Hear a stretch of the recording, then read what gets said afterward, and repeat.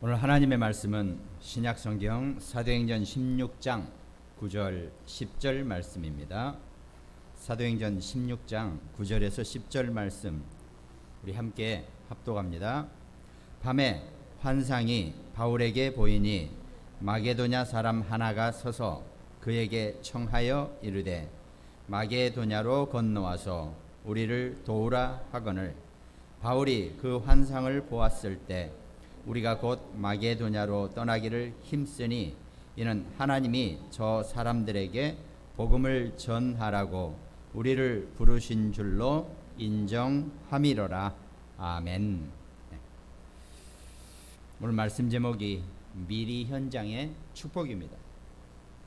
구원받은 하나님의 자녀 여러분과 저 우리 모든 렘넌트들 우린 전부 다 모든 현장을 다 가지고 있습니다. 삶의 현장, 또 신앙의 현장, 아무튼 우리가 살아가는 모든 것을 다 우리의 현장이라고 얘기할 수 있겠죠.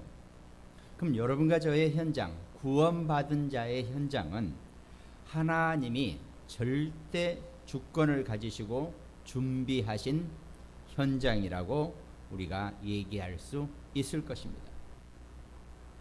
그 최고의 현장의 축복이 사도행전 13장 48절 말씀에 이방인들이 듣고 기뻐하여 하나님의 말씀을 찬송하며 영생을 주시기로 작정된 자는 다 믿더라, 이런 말씀이 있었죠. 우리 현장이 바로 그 하나님이 작정하시고 하나님이 예정하시고 섭리를 이루시는 예비된 절대 주권의 현장이라는 것, 이걸 우리가 서론에 명확하게 붙잡아야 될 것입니다. 그러면 우리가 현장에서, 우리의 삶의 현장에서 우리가 이것저것 다 참고하고 보아야 될 것이 있겠죠. 그러나 우리의 현장에서의 우리의 신앙, 우리의 신학은 그 현장을 살리는 것입니다. 어떤 다른 이유가, 어떤 다른 이유도 마땅하겠지만 가장 정확한 이유는 우리 현장을 살리는 것이 여러분과 저의 신앙이고 또 모든 신학의 주제가, 목표가 된다는 겁니다. 그러면 그 현장의 신앙은 5가지 절대적인 것이 있죠. 그것이 하나의 하나님의 절대 주권입니다. 여러분과 저의 삶의 현장, 어떤 현장에서도 하나님의 절대 주권 속에 우리가 있다는 것, 이걸 우리가 믿는 믿음입니다. 그러니까요, 좋은 일도 있고 나쁜 일도 있고 어려운 일도 있을 것이고 때로는 슬픈 일도 있을 수 있어요. 때로는 도저히 말도 안 되는, 이건 도대체 내 이성을 가지고는 도저히 이해가 안 되는 그런 현장도 있습니다. 그런 상황이나 사건이 있을 수 있어요. 아니, 목사님이 왜 저렇게 말씀하시지? No. 그것도 하나님의 절대 주권이라고 여러분들이 받아들이시고 아멘을 하셔야지만이 그 다음의 응답을 우리가 볼 수 있는 겁니다. 절대 주권이 우리가 그 안에 있다는 겁니다. 그 절대 주권을 믿는 믿음, 이게 우리의 현장에 반드시 첫 번째로 필요한 겁니다. 그러면 자연스럽게 우리가 다른 것을 하는 것이 아니라, 물론 내 계획도 중요하죠. 내가 작정하고 내가 준비하고 내가 뭔가 계획을 하는 것도 감사한 일이죠. 그러나 내 모든 삶에, 우리의 현장에는 반드시 하나님의 절대 계획이 들어가 있다는 겁니다. 이미 하나님이 완벽하게 마스터 플랜, 절대 계획을 짜놓고 여러분과 저를 인도하시고 이끌어 가시고 움직이게 하고 계신다는 겁니다. 아무리 일이 없고 아무리 안 움직이는 사람이라 할지라도 현장 많습니다. 그리고 여러 가지 다양하고 여러 가지 변화가 있는 그 현장을, 그 수많은 현장을 우리 힘으로 할 수가 없기 때문에 우리는 하나님의 절대 계획 속에 있어야 한다는 겁니다. 그럼 저만 하더라도 온갖 계획과 온갖 생각과 온갖 걸 다 준비하고 하다못해 제가 예를 들었잖아요. 그날 비 올 확률이 10%만 넘으면은 집회가 있으면 집회 모아놓고 그 사람들이 돌아갈 때 혹시 비 올 줄 몰라서 우산을 그 인원만큼 준비해 놓는 것이 우리가 하는 일이었습니다. 그러니까 그러니까 불신자 때는요, 하나님이 절대 계획을 내 앞에 펼치기도 전에 우리가 있는 온갖 머리를 짜내 가지고 다 어떤 문제나 사건 앞에서도 준비해 놓는 뭐 그런 삶을 살았던 거죠. 근데 그게 정말 아무것도 아니고 너무 멍청한 짓이라는 것, 이걸 우리가 알게 된다는 거죠. 하나님은 절대 계획 속에 여러분과 저를 이끌어 가신다는 것, 내가 아무리 철저하게 준비하고 계획한다 할지라도 하나님의 계획을 따를 수 없다는 것, 이걸 우리가 우리 현장에서 우리의 신앙으로, 우리의 믿음으로 우리가 붙잡고 가야 한다는 겁니다. 그럼 구원받은 하나님의 자녀이기 때문에 그때부터 그 현장에는 절대 언약이 나올 수밖에 없어요. 그러니까 여러분과 저의 삶의 인생에, 내 삶의 현장에서 내가 언약이 없다, 내가 말씀이 없다, 내가 말씀을 제대로 붙잡지 못하고 산다, 상당히 비극적인 일이라고 해도 전혀 틀리지 않을 것입니다. 그러면 뭐 저라고 해서 성경을 다 외우고 있다가 어떤 사건이 생기면 탁탁 말씀을 거기다 갖다 붙입니까? 그럴 능력 저 사실 없어요. 그러지도 못해요. 내가 어떤 일이나 사건이 생겼을 때, 이 사건, 이 일은 하나님의 어떤 말씀하고 연결될 것인가를 내가 찾는 그 믿음이 있어야 한다는 겁니다. 내가 그 말씀을 찾으려고 노력하고 내가 그 말씀을 찾으려고 움직일 때 하나님은 그 모든 것을 말씀과 기도로 연결시켜 나가고 계신다는 겁니다. 그러니까요, 미리 내가 말씀 붙잡고 막 빡시게 기도하고 이런 신앙생활은 뭐 우리가 바라지 못한다 할지라도 어떤 문제나 사건이나 일이 생겼을 때, 이 일은, 이 문제나 이 사건은 도대체 지금 일어나고 벌어지고 있는 이 일들은 어떻게 하나님의 말씀하고 연결되어 있는가를 내가 찾으려고 하는 마음, 내 자세, 그것이 절대 언약 속에 우리가 있다는 증거입니다. 설령 도저히 나는 이 사건을 가지고 하나님 말씀을 우리 아이들 말로 갖다 붙이지를 못하겠다 할지라도 내가 그 생각을 하고 있는 것 속에서 하나님은 말씀으로 역사하시게 되어 있다는 겁니다. 그것이 우리의 절대 언약입니다. 그러면 자연스럽게 그 언약을, 절대 언약을 붙잡고 나면 절대 여정이 나올 수밖에 없다는 겁니다. 이게 과거에 저 같은 사람, 성질도 급하고 뭐 완전히 뭐든지 계획하고 철저하게 뭘 이런 사람들한테는 이게 이해가 안 돼요. 이거 완전히 아무 계획도 없는 사람들 같이 보이죠, 교회가. 신앙인들 보면 도대체 답답할 수 있어요. 그런데 그것이 하나님의 절대 여정이라는 것입니다. 그걸 우리가 깨닫고 여러분과 제가, 우리 자녀들, 우리 렘넌트들이 그 절대 주권 속에서, 하나님의 절대 계획 안에서, 절대 언약 안에서, 절대 여정 속에 있으면 자연스럽게 그 시간표와 그 흐름을 누리게 된다는 겁니다. 배가 망망대해를 가더라도요, 물길이 있어요. 그 길 따라서 이렇게 잘 움직이는 거지, 막 있는 힘을 다해서 이 기름 떼가면서 막 밀고, 물론 필요하면 그렇게도 갑니다. 그러나 지혜 있는 사람들은 그 흐름을 따를 줄 아는 사람이 잘 하는 겁니다. 여러분과 저의 삶에, 우리 인생도 다 하나님의 그 절대 시간표 속에 흐름이 분명히 있다는 것, 이걸 좀 누릴 수 있어야 된다는 겁니다. 자연스럽게 우리에게 절대 목표가 생겨나는 거죠. 바로 현장을 살리는 것.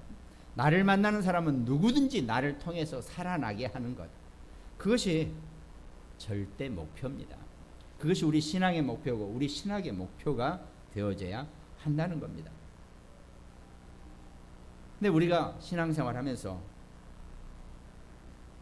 가장 늘 궁금해하는 것, 이게 과연 하나님이 준비하신 건지, 하나님이 예비하신 건지, 예정하신 건지, 이걸 우리가 좀 혼동스럽잖아요. 그러느라고 하나님은 우리에게 말씀을 주셨다는 겁니다. 마태복음 4장 19절 말씀하시되 나를 따라오라 내가 너희를 사람을 낚는 어부가 되게 하리라 하시니 그랬습니다. 하나님은 사람을 낚는 어부가 필요하지, 물고기를 잡고 세상 것을 거머쥐고 세상 것을 쥐는, 잡는 그런 사람이 필요하다고 말씀하지 않으십니다. 나를 따라오라 내가 너희를 사람을 낚는 어부가 되게 할 것이라고 하는 이 언약 속에 모든 것이 하나님이 예비하시고 준비하시고 섭리하셨다는 겁니다. 마태복음 11장 28절 수고하고 무거운 짐진 자들아 다 내게로 오라 내가 너희를 쉬게 하리라 그랬습니다. 수고하고 무거운 짐진 자들이죠. 수고하는 것. 이 수고하는 것이요, 그 가만히 보면요, 수고하지 마라 그랬는데 내가 있는 힘을 다해서 수고하는 그런 문법 구조가 되어 있습니다. 하나님은 여러분과 저에게 수고하지 마라 그랬는데 우리가 내가 자발적으로 내가 있는 힘을 다해서 열심히 수고하는 그런 인생을 살고 있다는 겁니다. 그리고 무거운 짐을 지었다는 의미는 이게 수동태라고 하는 겁니다. 나는 원하지 않았는데 나도 모르고 내게 내 등 뒤에 어마어마한 짐이 지워져 있다는 겁니다.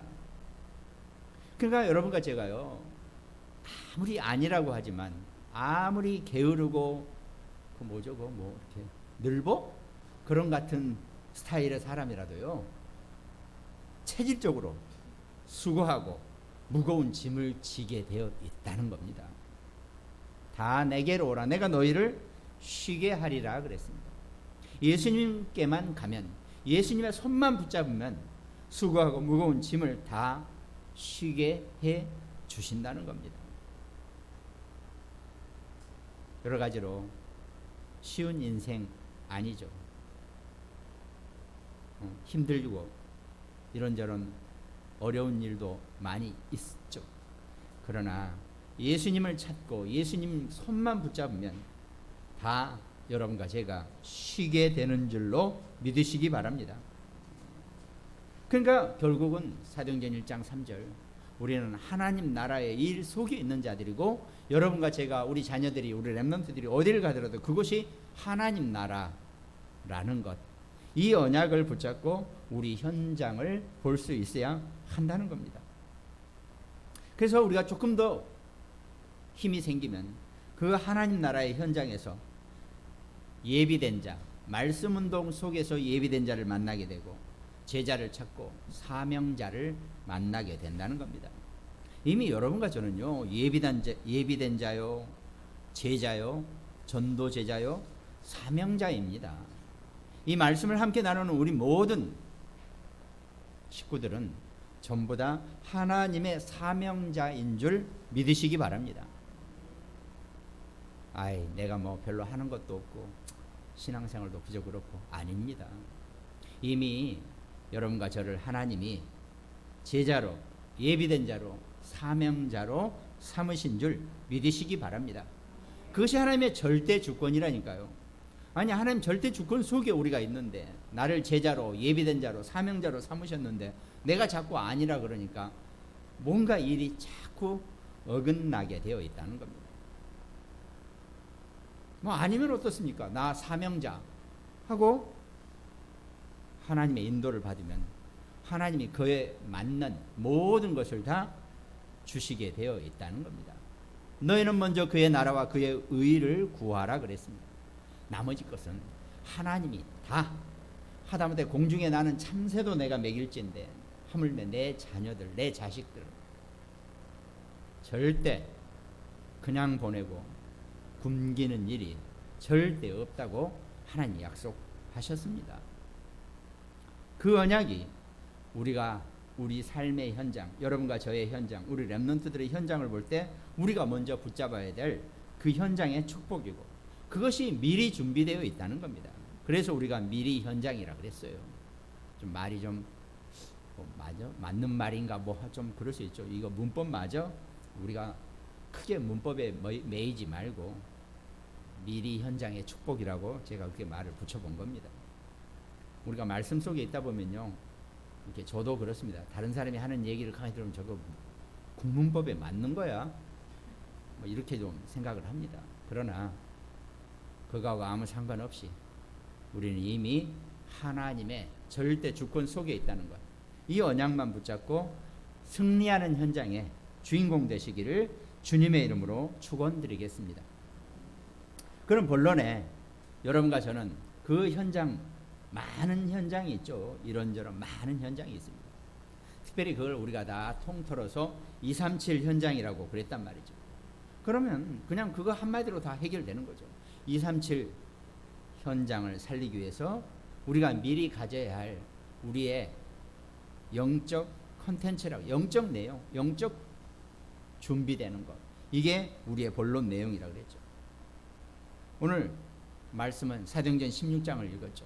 그러나 오늘 본론은 사도행전 13장, 16장, 19장의 말씀을 가지고 본론을 말씀드리겠습니다. 바울을 통해서 일어난 그 역사를 보면서 우리도 똑같이 237 현장을 위한 우리의 영적 내용, 영적 콘텐츠, 이걸 우리가 좀 보자는 겁니다. 첫 번째 사도행전 13장 1절부터 내용이었죠. 거기에 이 첫 선교사들이 조직되었습니다. 모임입니다. 사도행전 13장 내용은 선교사들이 이렇게 팀을 이루고 모임을 이루었다는 것을 지금 증거하는 그런 내용입니다. 안디옥 교회에 선지자들과 교사들이 있으니 곧 바나바와 니게를 하는 시므온과 사울이라, 이렇게 됐단 말이죠. 주를 섬겨 금식할 때 성령이 이르시되 내가 불러시, 성령이 이르시되 그랬습니다. 여러분과 제가 우리가 어떤 일을 하는데 조직이라고도 하죠. 조직 그러면 조금 어감이 좀 그렇죠. 시스템이라고 그러죠. 팀이라고 합니다. 내 자신이 혼자 팀이 될 수도 있어요. 그러나 부부도 한 팀이고 우리 교인들도 다 한 팀입니다. 그러면 이 팀이, 이 시스템이, 이 조직이 인본주의 속에서 생겨나면 여러 가지로 다 같이 힘들어질 수밖에 없을 겁니다. 하나님이 분명히 절대 주권 속에 우리를 만나게 하신 것만으로도 이미 우리는 환상의 커플이고 환상의 팀이라는 겁니다. 그 13장의 내용을 보면 바나바라는 인물이 나오죠. 바나바가 나름 이 초대교회 이후에 이 전도 제자들을 모으고 조직하고 시스템을 갖추는데 상당히 중요한 역할을 하는 그런 사람이었습니다. 이 사람이 원래 구브로 사람이라고 그랬어요. 근데 구브로부터 갔다는 얘기는 내가 아는 데고 편한 데니까 가는 게 아니고 내가 철저하게 그 현장을 분석하고 그 현장을 너무 정확하게 아니까 구브로로 갔다라고 이렇게 얘기합니다. 그 13장 4절에 보니까 두 사람이 성령의 보내심을 받아서 구브로로 갔다 그러죠. 바나바가 바울을 데리고 자기가 정확하게 알고 있는 지역, 자기가 하루에 몇 번씩 오가고 매일 다니던 그곳이 우리의 첫 번째 현장이라는 겁니다. 거기에 나온 인물들이 니게르라 그랬죠. 니게르는 니그로 그래가지고 흑인이란 말이죠. 그럼 뭡니까? 인종하고는 상관없이 이끌어 간다는 겁니다. 하나님이 어떤 연인지 몰라도 인종을 삼색 인종으로 만들어 놓으셨단 말이죠. 그것도 하나님의 절대 계획이에요. 절대 주권이고, 여러분과 제가 황인종이 된 것도 하나님의 절대 계획입니다. 이걸 굳이 색깔을 바꿔가지고 흰색으로 바꾸려고 할 이유도 없고, 우리는 검은색보다는 우리가 좀 낫지 않을까 했는데 오히려 검은색은 우리를 더 낫게 봐요. 인종적으로 이상하게 그렇게 돼 있습니다. 왜냐하면 세상 자체가 아마 뭔지 모르게 이 문화가 생성이 되면서 영어권에 그 사람들이 더 많이 있다 보니까 이 영어를 잘 못하는 황인종을 상당히 낮게 보는, 우리는 분명히 좀 괜찮다 싶었는데 아니더라고요. 우리가 신앙생활 속에서 그걸 뛰어넘을 수 있는 것, 이게 우리가 분명히 필요하다는 겁니다. 헤롯의 젖동생 마나엔 하여튼 왕궁을 버리고 나온 사람이었겠죠.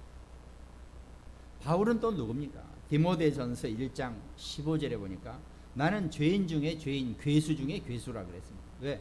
내가 한때는 예수 이름을 부르는 자는 죽여도 좋다라고 하는 살인 면허증까지 받아가지고 간 핍박자 중에 핍박자가 바울이었거든요. 나는 기독교인한테는 완전히 괴수 중에 괴수다. 이렇게 바울이 자신을 표현했단 말이죠. 그 바울이 다메섹 도상에서 예수 그리스도를 영접하고 지금까지 인류 역사 속에서 최고의 전도 제자, 전도 신학자, 모든 것을 다 갖춘 그런 인물, 성경에 정말 이 그리스도의 꽃을 피우기 위해서 하나님이 선택한 택한 그릇 중에 그런 인물이 되었다는 겁니다. 그러니까 우리가요, 그런 시스템이, 그런 조직이, 그런 팀이 우리가 꼭 필요하죠. 그거를 인본주의를 써가지고 만든다? 어림도 없는 얘기입니다. 하나님이 여러분과 저를 우리 한 교회로 모으신 거요, 내가 가고 싶어서, 내가 오고 싶어서, 내가 발길, 이게 아닙니다. 하나님이 여러분과 저를 다 묶어 놓으신 거예요. 그걸 자꾸 내가 아니라고 우기고 내가 다르게 생각하고 힘들게 생각하면 어려워지는 거죠. 어련히 때가 알아서 하나님의 시간표가 되면 흩어졌다 모였다 하는 겁니다. 그걸 가지고 우리가 내 인본주의를 쓰고 내 세상 기준을 가지고 봐버리면 답이 안 나온다는 겁니다. 이 하나님이 성령을, 예수의 영을 시켜서 계속 여러분과 저를 함께 모으고 우리를 움직이시고 그 속에서 하나님의 절대 주권, 절대 계획, 절대 언약, 절대 여정, 절대 목표를 이루고 계신다는 겁니다. 그거를 우리가 정말 신앙생활하면서 내 자신이 하나님이 결성해놓고 조직해놓은 선교 조직이다. 이걸 우리가 알고 있어야 한다는 거죠. 그러면 자연스럽게 사도행전 13장부터 이 바울 팀들이 어떻게 했습니까? 현장에서는요, 다른 방법이 있을 수가 없어요. 현장의 방법은 오직 성령이 가라사대, 성령이 이끌시고 성령이 말씀하시고 성령 인도를 받는 것이 우리 현장의 최고의 방법입니다. 그런데 어떡하죠? 여러분과 저는 현장에 문제가 생기면 일단 가장 내 친구한테 먼저 검색을 하죠. 이거 어떻게 해야 되지 그러면서. 그러니까 네이버 인도를 받지 성령 인도를 잘 안 받는 것 같아요. 우리가 정말 물론 저도 뭐 여차하면 바로 네이버로 들어가지만 꼭 그거보다는 성령의 인도를 받는, 물론 또 이렇게 얘기했죠. 내가 네이버를 검색하는 것도 성령 인도다. 이렇게 얘기하면 우리가 할 말이 없을 수 있죠. 아무튼 뭐 있는 거니까. 내가 지금 성령의 인도를 받고 있구나, 내가 성령의 인도 속에 있다라고 하는 이 고백, 이것이 우리에게 가장 중요한 성령의 인도입니다. 그래서 성령이 살아계셔서 나와 함께 하시고 나를 이끌어가고 계신다는 것. 성령이 금식하라 그러면 금식하고, 이렇게 이것이 현장에 우리가 성령의 인도를 받는 최고의 비밀이고 방법입니다. 그럼 자연스럽게 사도행전 13장 그 뒤에 중간에 보면은 우리가 성령의 인도를 받고 움직이니까 나머지는 하나님이 다 역사를 해버리시는 겁니다. 그 사도행전 13장 중간쯤 되면 사도행전 13장 6절 보니까 온 섬 가운데로 지나서 바보에 이르니 바 예수라 하는 유대인 거짓 선지자인 마술사를 만나니. 아니 어느 한 섬에 갔더니 유대인 거짓 선지자 마술사가 그 섬을 완전히 총독까지 휘어잡고 장악을 하고 있다는 겁니다. 그럼 바울이 이미 성령의 인도를 받고 거기까지 왔기 때문에 단번에 뭐라고 그럽니까? 사도행전 13장 10절에 보니까 모든 거짓과 악행이 가득한 자여 마귀의 자식이여 모든 의의 원수여 주의 바른 길을 굽게 하기를 그치지 아니하겠느냐라고 하면서 바로 엄포를 선포를 합니다. 그러니까 무슨 뭐 그 마술사를 꺾고 그 마술사를 혼내주는 게 아니라 일단 그 섬에 역사하는 흑암, 악한 영적인 것을 완전히 먼저 꺾어버리는 겁니다. 그게 여러분과 제가 꼭 해야 될 성령의 인도 내용입니다. 그럼 자연스럽게 그 총독이, 그 뒤에 13장의 내용은 총독이 완전히 이 바울팀들에게 마음을 내어놓고 그 온 섬 자체를 다시 하나님 나라의 성령의 인도로 말씀을 바꿔가고 말씀을 인도받는 그런 장소가 되어지게 된다는 겁니다. 우리한테는 이 인도가 꼭 필요하다는 거죠. 그리고 본론의 두 번째는 사도행전 16장입니다. 오늘 본문 내용이었죠. 성령이 아시아에서 말씀을 전하지 못하게 하시거늘. 아니 무슨 성령이 말씀을 못 전하게 합니까? 우리가 말씀을 전하려고 그러고 지금 막 아멘 아멘 하고 다니는데 성령이 우리의 입을 닫아버린단 말이죠. 이럴 경우도 있어요. 아니 목사님이 이럴 때 좀 기본 메시지 예수 그리스도 확 선포 좀 하시지 왜 아무 말씀도 안 하시지? 나는 눈을 자꾸 찔끔찔끔 하면서 말씀 전하라는데 목사님 아무 말씀도 안 하고 계신다고 나한테 가끔 현장에서 누가 그래요. 성령이 말씀을 맡고 있다는 것, 이것도 성령의 인도입니다. 제가 핍박을 좀 받죠, 그런 것 때문에. 아무튼 아니 그것도 하나님이 저를 움직이셔야 되지. 제 파트너가 제 입을 움직일 수는 없잖아요. 이런 겁니다. 그 성령의 인도를 잘 받을수록 하나님의 명확한 역사와 명확한 인도를 우리가 누리게 된다는 거죠. 예수의 영이 허락하지 않았는데 여러분과 저 같으면 온갖 내 기량을 다 발휘해서 몸부림을 칠 수 있겠죠. 그때는 아닌 거죠. 정말 하나님이 그 성령이 인도하는 속에서 내가 인도를 받고자 하는 것. 예수의 영께서 문을 막으셨다 그랬어요. 그걸 우리가 정확하게 이해하고 인도를 받는 것. 이게 우리가 신앙생활하면서 절대 놓치지 말아야 될 하나님의 언약 방법입니다.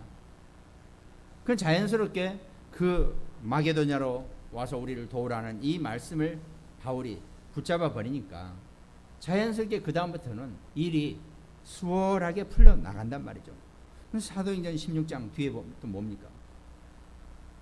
마게도냐로 건너갔더니 거기에서 루디아를 만나고 그 루디아가 그 완전히 지역을 다 장악을 하는 거죠. 참 그나마 그래도 일생에 한번 거기를 가서 이렇게 보니까 실제로 루디아가 있던 그 교회, 빌립보 교회, 그다음에 그 옆에 작은 이 천이 개울, 우리나라로 표현하면 개울 같은 거밖에 안 돼요. 근데 아마 거기서 분명히 그 자주장사 염색을 하고 거기서 이렇게 뭔가를 빨고 했을 것 같아요. 그 물길이 하나 있더라고요. 그걸 보면서 참 지금은 우리가 차로 움직이지만 그 옛날에는 바울이 성령의 인도를 받고 저 위에 드로아 그쪽에서 넘어와 가지고 데살로니가 지역으로 와서 여기까지 오면서 그 성령의 인도를 받고 왔다는 것, 정말 이렇게 말씀 속에서 비춰보니까 정말 이렇게 감회가 이렇게 오더라고요. 그것이 성령의 인도, 하나님이 여러분과 저를 이끌어 가시는 최고의 방법이라는 것. 이거 우리는 인생 살면서 이것만 인정하고 살고 성령이 나를 여기까지 이끌어 오시고 앞으로도 성령이 나를 끌어가실 거라는 것, 이것만 인정하고 살면 나머지는 전부 다 감사죠. 그러니까 뭐가 일이 안 되고 막혔을 때 그게 최고의 전환점이 되어야 한다는 겁니다. 아니 이 사업을 하는데 내가 일을 하는데 왜 막혔지? 왜 스톱돼 버렸지? 그때 하나님이 여러분과 저를 더 크게, 더 완벽하게, 더 많은 것을 주시기 위한 전환점이라고 생각하시면 정답입니다. 근데 우리가 자꾸 거기에 내가 그냥 어떻게든 이걸 넘어가 보려고 몸부림을 치고 막 별 방법을 다 동원하죠. 젖먹던 힘까지 다 끌어내서 그걸 어떻게 해보려고 합니다. 가장 편안한 상태에서 하나님께 이유를 물어보시라는 겁니다. 엉뚱한 데다 물어보지 말고. 그게 우리의 최고의 전환점이 된다는 겁니다. 그럼 오늘 본문은 여러분과 제가 우리가 인생 삶을 살 때 우리 앞에 닥쳐온 막힌 문제, 또 틀어진 문제, 안 되는 문제, 그거에 대한 전환점을 하나님 우리에게 말씀으로 주시는 겁니다. 이 전환점을 잘 통과하면 오늘 본론의 세 번째 사도행전 19장 종착역을 발견할 수 있게 된다는 겁니다. 사도행전 19장은 그 에베소에서 어마어마한 소동이 일어나고 사건이 났죠. 그런데 어마어마한 하나님의 역사가 일어난 곳이 또 에베소입니다. 그 에베소의 사건을 통해서 많은 사람들이 정말 2해 동안 두란노 소원에서 이 말씀을 증거하고 전달하고 하는 많은 사건이 있고 나니까 에베소에서 어마어마한 소동이 일어난 거죠. 그 예수의 이름에 그 강권적인 능력과 힘이 선포되면서 많은 사람들이 다 놀라게 되는 거죠. 이 에베소에 사는 유대인과 헬라인들이 다 이 일을 알고 두려워하며 주 예수의 이름을 높이고 이렇게 했나. 또 마술을 행하던 많은 사람이 그 책을 모아 가지고 와서 모든 사람 앞에서 불사르니 그 책값을 계산한 즉 은 5만이나 되더라. 이와 같이 주의 말씀이 힘이 있어 흥황하여 세력을 얻으니라. 에베소에서 이런 큰 대역사가 일어났습니다. 그러고 나서 바울이 이 일이 있은 후에 바울이 마게도냐와 아가야를 거쳐 예루살렘에 가기로 작정하여 이르되 내가 거기 갔다가 후에 로마도 보아야 하리라 그랬습니다. 여러분과 저의 우리 자녀들, 우리 렘넌트들의 종착역은 로마 복음화, 237 세계 복음화, 이 언약 속에 우리의 모든 목표와 종착역이 있다는 겁니다. 그걸 하기 위해서 성령의 인도를 받고 전환점이 문제가 생겼을 때 성령 인도의 전환점을 받고 그걸 위해서 우리가 성령의 세례를 입는 너희가 믿을 때 성령을 받았느냐 바울이 아볼로 팀에게 물어봤죠. 아니다 우리는 성령이 있음을 모른다. 그러니까 그렇게 다녀도 성령이 있음을 모른다는 거죠. 많은 이 땅에 많은 불신자들과 여러분과 제가 만나는 사람들이요 성령에 대해서 잘 몰라요. 성령의 흐름에 대해서도 모르고 보이지 않는 것이 어떻게 존재할 수 있느냐라고 그렇게 우리한테 반문하죠. 한번 보여줘봐. 네가 얘기하는 성령 어디 있냐 한번 보여줘봐라. 눈으로 보여줘봐. 눈으로 보는 것이 다라고 아는 사람들이 불신자들이고 거의 모든 세상 사람들이라는 겁니다. 여러분과 저는 그 보이지 않는 성령의 것을 위해서 보이는 것을 다 헌신하고 포기하고 버릴 수도 있다는 것. 이게 우리의 최고의 성령 인도라는 것. 이걸 우리가 명확하게 언약으로 붙잡고 살아가시기를 주님의 이름으로 소원합니다. 그래야지 바울이 내가 후에 로마도 보아야 하리라라고 세계복음화의 완벽한 목표적인 언약을 고백할 수 있다는 겁니다. 물론 여러분과 저는 기도하고 또 우리가 말씀 나누고 포럼하고 그럴 때 다 세계복음화 하죠.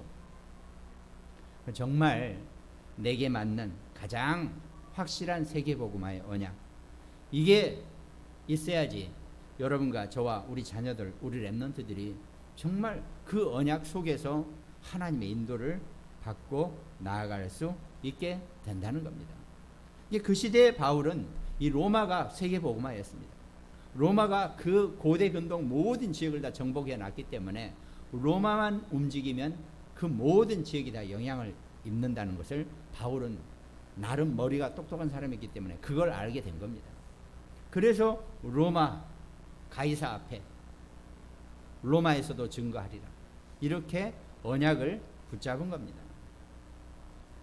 바울은 로마라고 붙잡았죠. 그럼 여러분과 저는 237 세계복음화입니다. 세계복음화 언약 붙잡고 있으면 하나님이 그 일을 할 수 있도록 여러분과 저와 우리 자녀들 우리 렘넌트들에게 완벽한 응답을 분명히 하실 것입니다.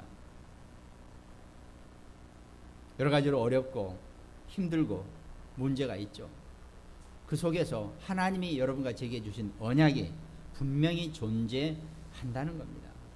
그럼 그 언약을 가지고 혹시 우리가 지금 이런저런 많은 사건 속에서 우리가 갱신해야 될 것은 무엇이고 우리가 그동안 혹시 잘못 붙잡은 것, 다른 것 붙잡은 것, 틀린 것 붙잡은 것 이대로 가다가는 우리가 정말 망할 뻔했는데 지금 여기서 하나님 멈추게 해주신 것 이걸 우리가 알면 지금 이 사건이 이해가 된다는 겁니다. 그걸 우리가 명확하게 하는 것, 그게 우리의 신앙생활이고 여러분과 저의 미리 현장의 응답이고 축복의 시작이 된다는 겁니다. 그랬을 때 여러분과 제가 이 성령의 인도는 누구도 이 땅에 어떤 것도 막을 수 없다 그랬습니다. 여러분과 제가 성령의 인도를 받는데 감히 이걸 막을 것은, 막을 자는, 막을 사건은 아무것도 없다는 것. 이게 우리가 우리의 종착역에서 여러분과 제가 발견해야 될 최고의 언약이 될 것입니다. 그럼 결론에 우리가 미리 현장의 응답을 축복을 받고 하죠. 그럼 우리가 사실 그 전에 이 성경의 인물들, 영웅들은 전부 다 미리 예비된 현장의 축복을 이미 먼저 받고 나간 사람들이었어요. 그러면 우리가 축복을 받았다라고 하는 의미는 내가 아직 축복이 보이지도 않는데 내가 축복을 누린다는 얘기는 내가 이미 먼저 체험을 했다는 얘기입니다. 그래서 성경의 영웅들은요, 전부 다 자기 삶에 자기가 나아가야 될 현장의 축복을 미리 체험하고 나아간다는 말입니다.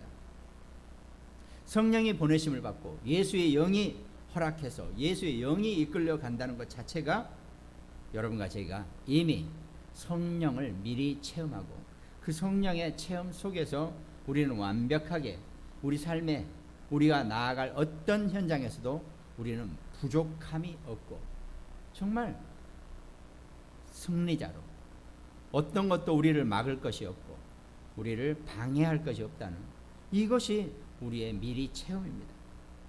오늘 시편 23편 교동문이었죠. 여호와는 나의 목자시니 내게 부족함이 없으리로다 그랬습니다. 전 참 이 시편 23편이 늘 이렇게 어떤 상황에서도 가장 항상 마음속에 늘 떠오르는 하나의 말씀 구절이에요. 고백입니다. 바울이 다윗이 그 험한 일을 겪고 움직였을 때 여호와는 나의 목자시니 내게 부족함이 없으리로다 그랬습니다. 여러분과 저 우리 하나님의 자녀, 우리 하나님 백성들, 우리가 살아가는 모든 인생의 삶에 있어서 우리에게 부족한 것은 아무것도 없다는 것, 그걸 누리는 것이 진정한 부자고 진정한 승리자입니다. 별로 가진 것 없죠. 주머니에도 뭐 별로 없습니다. 그래도 우리는 부자입니다. 왜? 하나님이 여러분과 제게 모든 것을 다 완벽하게 예비하시고 준비하시고 우리를 이끌어 가시기 때문에 우리는 이 땅에서 최고의 부자들입니다. 그 증인의 삶을 우리가 분명히 성경의 선진들을 통해서 성경의 영웅들을 통해서 여러분과 제가 누리는 겁니다. 그럼 뭘 체험합니까? 하나님이 우리와 함께 하신다는 동행입니다. 동행의 비밀.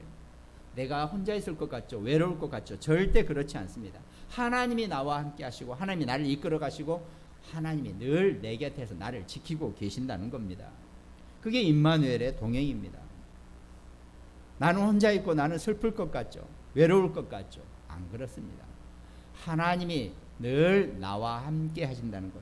이게 미리 내가 체험되어져야 한다는 거죠. 그러면서 어떻습니까? 아니, 온 세상을 만드시고 온 우주를 움직이시는 그리스도가 나와 함께 계시는데 내가 부족할 게 뭐가 있고 내가 위축될 게 뭐가 있습니까? 아니, 내가 없으면 나와 함께 하시는 그리스도가 다 지불하시고 정리하시고 다 우리를 끌어가시는데 뭐가 부족합니까? 그것이 흑암을 꺾는 권세입니다. 여러분과 저를 앞에서 얼쩡거리고 우리를 막으려고 하는 흑암은 나와 함께 동행하는 그리스도로 말미암아 완전히 꺾여지게 되어 있습니다. 그것이 우리의 권세입니다. 어딜 가더라도 우리를 막을 것은 아무것도 없다는 겁니다. 그럼 결론 중에 결론, 우리가 어디를 가더라도 우리 삶의 현장에서는 늘 치유의 역사가 일어나게 되어 있다는 겁니다.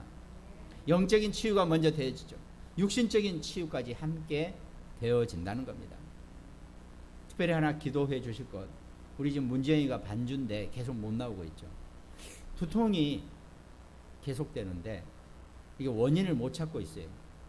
굿모닝 병원 가서 MRI도 찍어보고 막 해봤는데 지금 본인은 계속 아이는 아프다 그러는데 그래서 제가 병원 가서 머리 안수하고 기도도 해주고 그래봤는데 아무튼 좀 기도해 주시기 바랍니다. 세상적인 지식을 가지고 원인을 모르면 영적인 원인을 우리가 정확하게 찾고 또 그것이 나름 하나님의 시간표가 조금 걸리는 일이라면 우리가 그 시간표도 누릴 수 있어야 되겠죠. 아마 지영이는 틀림없이 지금 계속 하나님 앞에 홀로 찬양을 하면서 싸우고 있을 것입니다. 여러분들이 기도로 우리 지영이를 위해서 기도에 함께 힘을 주시기를 바랍니다. 분명히 치유가 일어나겠죠. 아무튼 또 이렇게 계속 지금 진행하고 있으니까 이제 그 다음 일을 좀 준비하면 될 것 같아요. 하여튼 지영이뿐만 아니라 여러분과 저도 마찬가지입니다. 우리도 알 수 없는 것들에 우리는 끊임없이 치유가 필요하고 우리를 만나는 모든 사람들을 살리는 것이 곧 치유라는 것. 이게 우리가 미리 체험할 수 있는 하나님의 언약이고 응답이고 축복이 될 것입니다. 갈수록 지구상에는 육신적인 문제도 있지만 이 정신적인 질환으로 많은 사람들이 쇼크 상태로 힘들어하고 있을 것입니다. 먼저 영적 문제로 치유를 받고 그 다음에 육신과 정신과 모든 것들이 정말 힘을 얻는 그런 하나님 자녀의 축복을 우리가 먼저 누리고 그거를 전달해 줘야 될 것입니다. 그 응답을 함께 누리는 여러분과 저 우리 모두가 되시기를 바랍니다. 또 말씀을 함께 나누는 모든 가정 계신 분들, 또 굿모닝 병원 현장, 또 한 가지 더 말씀드리면 우리 예본이가 12월 1일부터는 굿모닝 병원에서 근무를 하게 됩니다. 그래서 기도해 주시고 또 거기에 오 선생님 같이 계시니까 이제 우리 멤버 2명이 굿모닝 병원 현장에 있습니다. 특별히 현장 놓고 기도할 때 같이 기도해 주시기 바랍니다. 또 대전과 광주와 인천, 일본, 미국 분명히 말씀을 함께 나누는 그곳에서도 미리 현장의 응답이 넘쳐나는 그런 축복이 증거될 것입니다. 기도하겠습니다. 하나님 감사를 드립니다.